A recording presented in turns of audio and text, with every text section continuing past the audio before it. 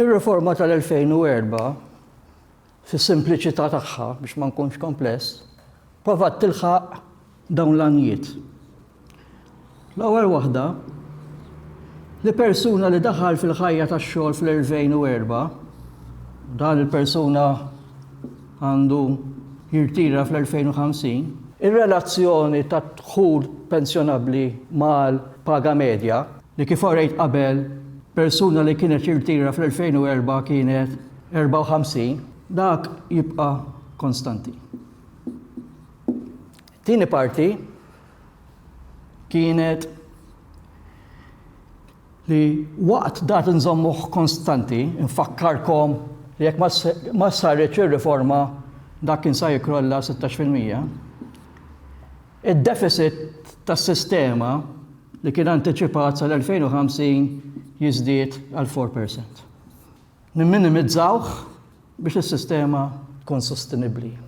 U t-tielet kien hemm rikonoxximent li dak il-54% kien diġà waqa' mill-promessa soċjali li kellha s-sistema ta' 67% u għaldaqstant kellhom jieħdlu inċentivi li oltre s-sistema tal-pensjoni tal-Istat, inċentivi li twassal in-nies biex jiġġemmaw għall-futur tagħhom, għall-irtirar tagħhom, oltre prodotti ġodda li dak iż-żmien ma kinux jeżistu. Bħal pensjoni privata, pensjoni ta' min iħaddem u instrumenti oħrajn. So, dawk kienu l-oġġettivi l-għan prinċipali tar-riforma li saret fil-2004. Issa li sa nagħmel, sa nidħol fil-karatteristiċi tar-riformi li saru u kif dawn żviluppaw minn dak iż-żmien law. U min issa norbot iżjed mal-2004 ħlief għal din figura u għal din figura, sa norbot mal-ewwel ta' Jannar tal-2007 u da sa nagħmlu għax il-miżuri tar-riforma daħlu fl-ewwel ta' Jannar 2007. U l-impatti bħala età li ġabet magħha riforma fuq gruppi differenti tal-popolazzjoni ma jagħmilx biex jagħmlu sens irrid norbot mal-ewwel ta' Jannar tal-2007. Nibdew bil-karatteristiċi li kienu proponuti u mbagħad kif ġew attwettati f'dak li jaqsam dak li aħna nsejħu l-arkitettura tas-sistema, kif taħdem is-sistema, fid-diżinn tas-sistema. Qabel il-97 kien hemm 3 klassijiet ta' nies li jagħmlu l-kontribuzzjoni. L-ewwel klassi min jaħdem impjegat, it-tieni klassi min jaħdem għal rasu, kif nafu aħna self-employed, u t-tielet klassi nies li jgħixu minn fuq ir-renta u li max minn fuq il-kapital u dħul mill-investimenti tagħhom. Il-riforma li saret fil-1987 bażikament waslet biex ikun hemm żewġ klassijiet biss. Dal-klass illum m'għadux jeżisti, ġifieri minnkomx sassibuh.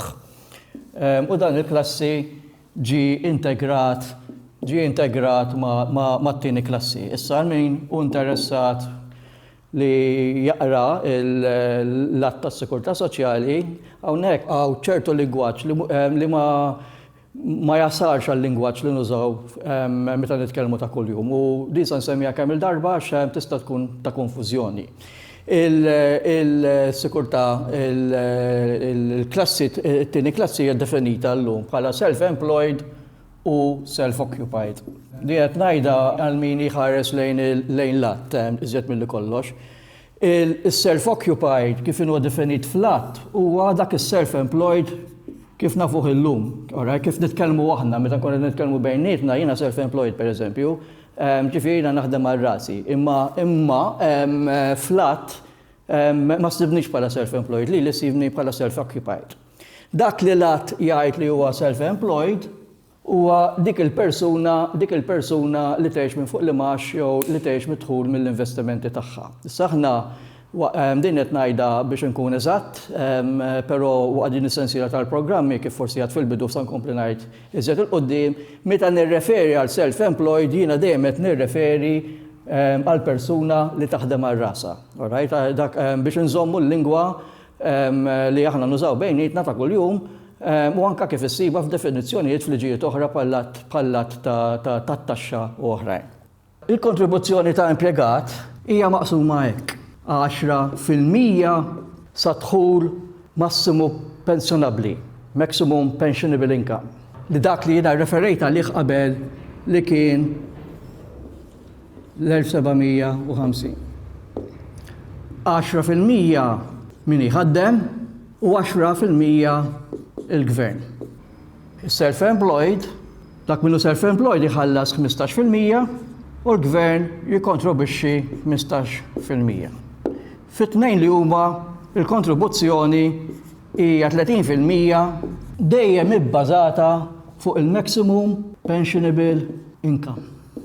Dawn l-ammonti tal-kontribuzzjoni ma tbidlux u iktar tard nispjega ir-raġuni għalfejn dawk ma tbidlux.